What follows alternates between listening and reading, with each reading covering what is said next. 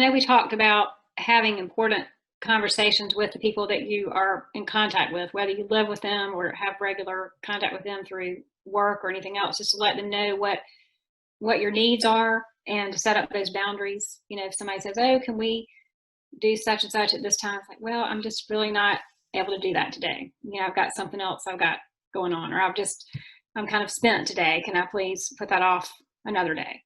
Same Absolutely. Yeah, same thing with parents who are working from home. If they have little kids who are coming to them saying, "Mom, play with me," but you got work to do. So how do you handle that? Yeah, and the thread I hear running through those great examples, Amy, that you just gave, I heard sort of two things. So first of all, it's okay to say no, right? Hmm. You have permission to not want to do things with people, and to set those boundaries and to be structured.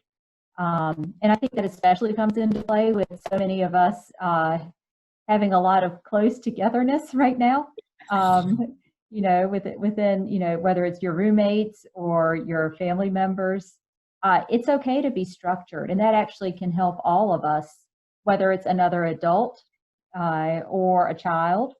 Hmm. So you might have to tell, I'm not saying you, Amy, but Right. people generally might have to tell a parent, I, look, Dad, I'd love to talk with you, but tonight would be better because I'm working. I'm working from home today. So sort of just setting that boundary. Or with children, depending on the age of your child, you might not be able to tell your 3-year-old, I'll see you tonight. That's probably not going to fly with a 3-year-old. But you could say, at the end of this show, you can knock on my door. So that would be a Hmm. way of setting the limit that would buy you 20 minutes of uninterrupted thinking time. Let's see. So we talked about structure and boundaries. We touched on the importance of good communication, Hmm. like just being honest with people around you. Like, you said your example was, I just can't do that today, right? Yeah. I can't make dinner tonight. Can we get takeout? Fortunately, we can still do that.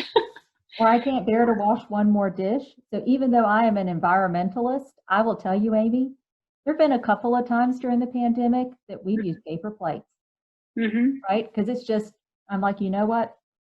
That's going to be my little let the pressure valve loose just a little bit. Yeah. Um, so looking for creative ways, but communicating that to the people in your life of, I just need to talk to a friend. Can I talk to you? Um, Right. and maybe you don't want advice, right? Maybe You you just just want want to somebody to vent, listen. Yes. right? So just being honest about that, because otherwise, if I called you to vent and you were giving me advice, I might get a little angry. It's like, yeah. Are you the same way? Oh, yes. Yeah. Yeah. So that's counterproductive, right? Hmm. So, but if I called you and I said, Amy, I need to vent, you don't need to say anything. I just need someone to hear me. And then So you might find that you have a lot of the same feelings going on as somebody else, so you feel less alone. yes, but being clear and direct in that communication would help both of us do better in it. Absolutely. Yeah.